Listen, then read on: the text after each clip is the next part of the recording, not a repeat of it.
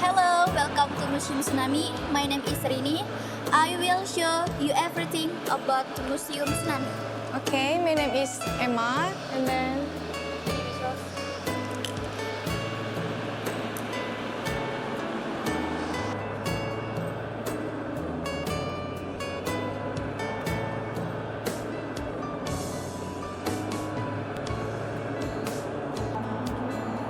Yuk. Nah, jadi Museum Tsunami ini dibangun oleh Ridwan Kamil. Nah, kenapa bentuknya seperti ini? Ini itu menandakan bahwa adanya gelombang tsunami pada saat itu memang sangat dahsyat dan sangat luar biasa.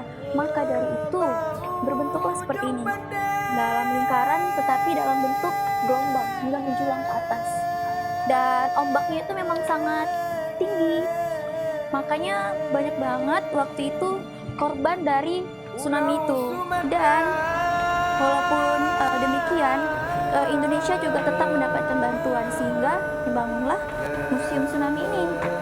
Nah, jadi ini adalah foto-fotonya untuk dari dokumentasi korban tsunami.